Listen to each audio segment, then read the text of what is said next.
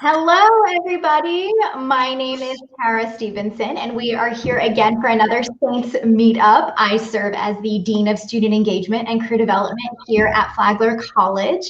And we are so happy to have you joining us on our Student Activities Facebook page, our Flagler College YouTube channel, as well as our Flagler Student Life Instagram. We are going to be monitoring everything throughout this, so if you have any questions, please feel free to drop them into the chat somewhere, and we'd love to be able to answer them for you. But tonight, I am honored to be joined by Presleigh Johnson. Hopefully on Instagram, you'll be able to hear her because we weren't able to do a dual screen for this one, but what she's going to share tonight is still so important. So Presleigh, why don't you tell us a little bit about yourself? Hello, I'm Presley. I'm a sophomore public history major. I also have a minor in English too. I wanted the French certificate. And then I'm from Rowlett, Texas.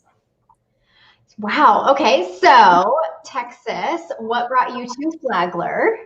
We vacation every summer in Ponte Vedra, and so we always take a trip to St. Augustine. And so when I was in 9th grade, we were just walking in St. Augustine, stumbled on the campus, and started talking to one of the students. And she said, "If you're thinking about coming, you should definitely come." And it was amazing. We just talked to the student as she was walking to class for a summer class. And then I started researching the college, absolutely fell in love with it, never applied anywhere else. So all throughout my high school, it was always Flagler. Oh my goodness, I wonder if you'll ever be able to see that student again. Yes, she was a psychology major from Washington, D.C. That's all I remember. We just started talking as we were staring and taking pictures of the courtyard. It was amazing. We have a comment on Instagram from Mason that says, "I took a trip too in 5th grade. That's how I fell in love with it." And I feel like that's something I hear all the time from students. Unfortunately, growing up in New Jersey, I wasn't able to come on down here to see the school, but so many people talk about a 5th grade is a big one, or an early elementary school, like walk through it. Yes, mine was 9th grade and it was amazing. Oh my gosh, that's really cool. And what year are you? Sophomore. A sophomore. And do you live on campus, off campus? I live on campus and I absolutely love it. I highly recommend staying on campus. Okay. Now, last year for your first year, did you live on campus? For last year? Yeah. Mm-hmm. Okay. And where do you live this year? So I'm in Ponce. So I got to stay in Ponce the second year, which is amazing because it's so close to everything. But I also was in Aber last semester. Oh. Okay. I've seen both. You've absolutely. Any preference? I love Ponce because it's historic and it's also really close to campus as opposed to Aber, but Aber has the pod and it's newer, so and it has the kitchenette, so. But I love them both, but Ponce is my personal preference. I was going to say, as a public history major, I feel like you're kind of living in your major. I was like, is Rockefeller in my room or something? You never know. I always love a move-in day when we're not in a pandemic and I get to walk through the building and check out all the rooms because every single room is unique and different. And I feel like that's a nice little surprise for me. So tell us what you're involved in right now. So I'm in the President's Leadership Academy, and that started last year. So I'm a member, and then I'm also helping with the recruiting process for the freshmen for this year. And then I'm in the honors program, so I'm doing my great work right now. And then I'm also a Dr. Miles' assistant for student affairs, so that's been fantastic. Yeah, so you're pretty busy. So let's kind of digest each one of those because we obviously want to hear a whole lot about it. And before I forget, I'll absolutely try to put this up there. If anybody does have questions, as Presley's sharing different things, please don't be afraid to type them out and we'll make sure to ask for them or address them or see what we can find out. So you mentioned President's Leadership Academy. Can you tell us what that is? You explain a little bit because I know just a little bit, but since it's so new, I don't know a whole lot. So it's obviously a very new program. So they started last year, and so there's 4 people on the leadership team. So it's Professor Upchurch, who's also the mayor of St. Augustine, and Laura Stevenson Dumas, who's the assistant to the president, and then we also have a Flagler grad and Professor Holenchuk. So they're our leadership team. And they choose about 8 to 10 students every year. And the idea is that you're in the program for all 4 years, and it's a 4-year study of leadership, both academic and also in the community and learning from people. So we just got assigned mentors, which is really exciting. So they choose a mentor in the community So I got the director of the St. Augustine Historical Society. So it's really amazing. So it's aligned with whatever you want to do in life. And so you get this mentor for at least a year and you can learn from them about leadership. We've also done various community service and have brought some speakers in on campus too. We're also doing personality training, like Enneagram testing. And they're really expanding the program a lot.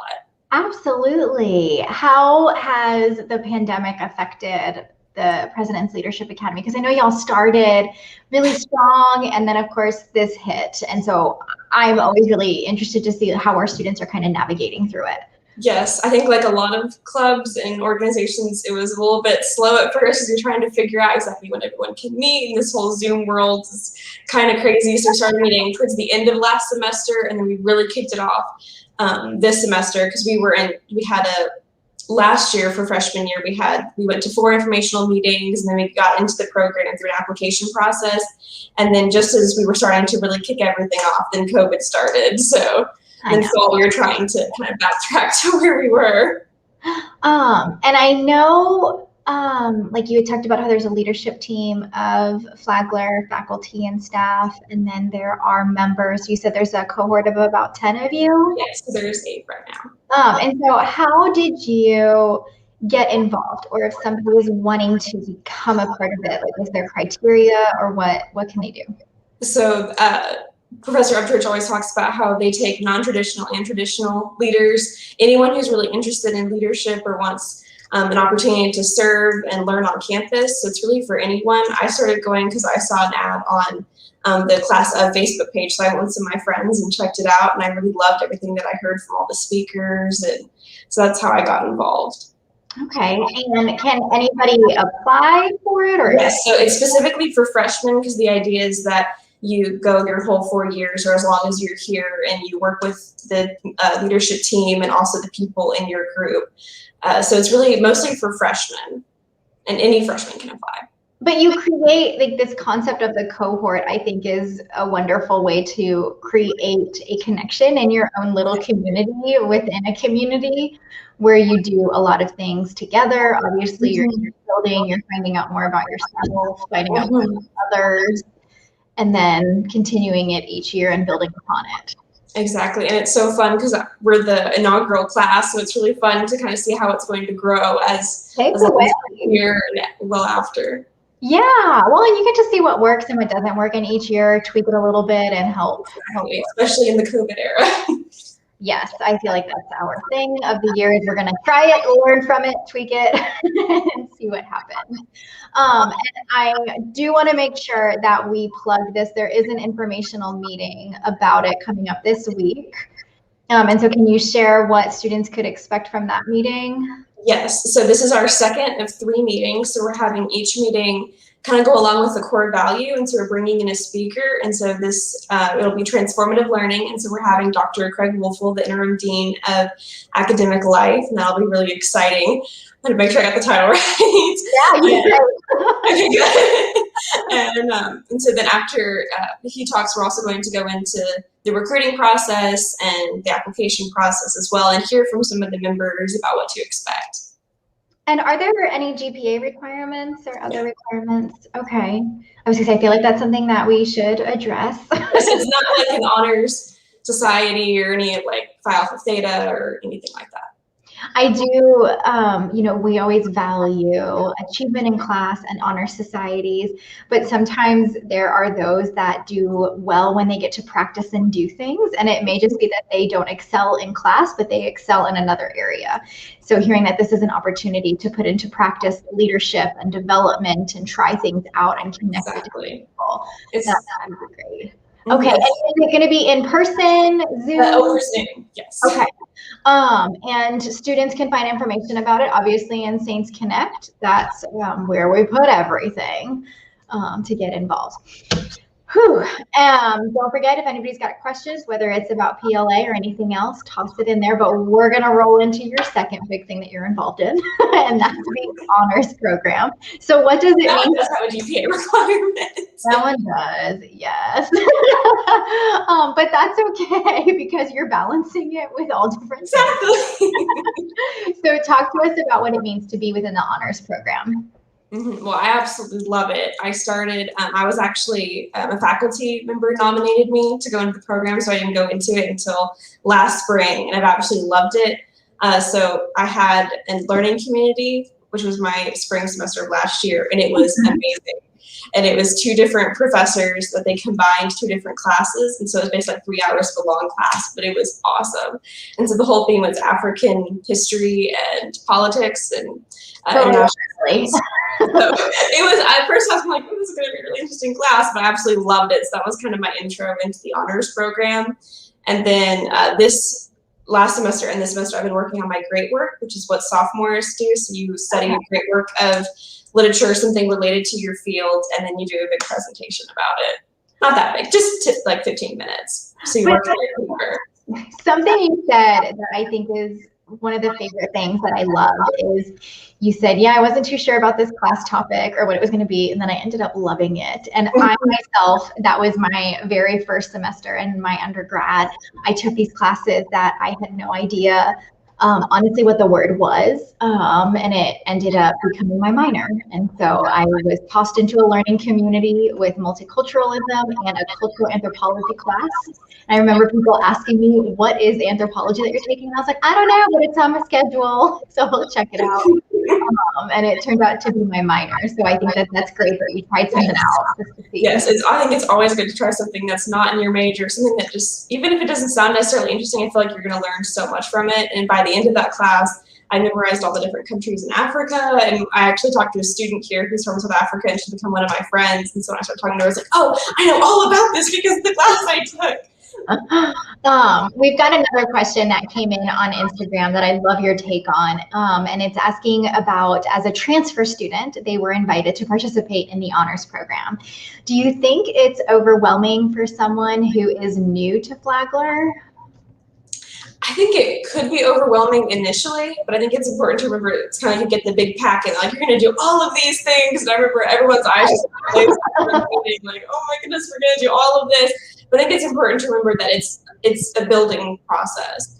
So, because obviously you don't do some of your core projects and everything till the very end. So you read all this and think, oh my goodness, but it really times itself out. So you really grow each semester. Well, and I mean, if we think about it, being a part of the honors program, like there is that level of expectation to be raised a little bit as an honors student and going through that program, and that's a decision that you have to make. But it's not like you're doing it all on your own. You have faculty that are working with you through that program and people that oversee it. There's other students that are within the program as well. Well, one thing I'll say about the great work is whenever I heard about it, I was like, oh my goodness, a presentation and a paper, but you have 2 semesters to work on it. So you really have plenty of time to do some of the things that sound really overwhelming. Yeah, well, thank you for sharing that, and thank you for asking that question. I know many times in the beginning of a school year, or when we start here, there's a lot that's kind of hit with you, and then it kind of you have to sift through it and see whether it's going to be for you or not, or try things out. So our third thing is you also serve as a student worker with our Vice President, Dr. Sandra Miles. And so can you talk to us about what that position means? Yes, so I'm her student assistant, and it's been wonderful. So I'm kind of the first one in this position, so we've been figuring it out together, and I've been doing everything from looking at things on social media, doing reports, planning events. So I've really gotten to experience all these different aspects of student affairs, and I've gotten to talk to every department head and really learn more about student affairs and all the hard work that y'all do, which is really fantastic. Yeah, and how many hours a week do you do that position? I work about 6 hours. And that's common with the majority of our student worker positions, is they're all listed through Paycom, which is accessible in my Flagler. I know that there are offices that are still hiring for student worker positions, and they range from all different types. And so were there any other student worker positions you were possibly considering before you found your home? I had not looked at any others, but I do have friends who work at the library and they love it. And I know they're hiring right now. They've been having so much fun. I mean, the circulation desk, I know here in the Career Development Center, our student workers help us to run our front desk. I know in the Student Center, they have a ton of student workers that help with the event management setup, supervising different types of things and ensuring our health and safety. I just, everywhere I look, I can see how a student worker helps like to run the engine behind the different offices. Wow. Okay, so we've covered PLA, President's Leadership Academy, your honors program involvement, your student worker position. Are there any other clubs or time in your day and life for anything else? Those are the main three. And so are there things that you like to attend versus things that you're a part of? Well, I love attending all the student activities events too, like the movie nights, and I've also gone to some of the diversity inclusion events, which have been really great. So I think always going to some of those events throughout the week is really important. Yeah, I'm so sorry on Instagram. I know our connection keeps going in and out, but hopefully some of our other channels. I know my phone keeps popping up saying poor connection. Keep rolling it, and hopefully everybody's sticking with us. Any favorite events that you've enjoyed, either pre-COVID or during COVID? I know I totally sprung that on you. I didn't give you I'm thinking. Well, my favorite event, which is a weekly event, which I know that they're not doing right now, is the coffee break. I'm always trying to get people to bring that back. I know, and that's our alumni relations office that sponsors that, and I always enjoy that every week. It's just a good way to connect across campus. It was so much fun. I got to see professors who were getting coffee, and you got to talk to them.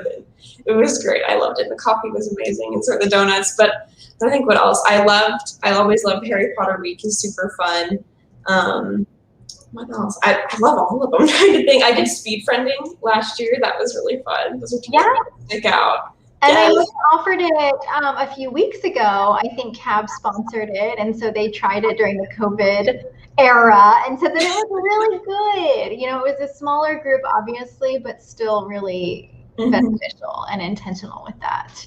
And that's one thing that I'm so happy that student activities is still doing those events, even though they look a little different, they're still doing them, and you still got to be a part of them, because even though Harry Potter Week was a little more virtual, you still got to enjoy some of those traditions like sorting, which is another one of my favorite ones. I got a different one this year and I was kind of annoyed with it. What?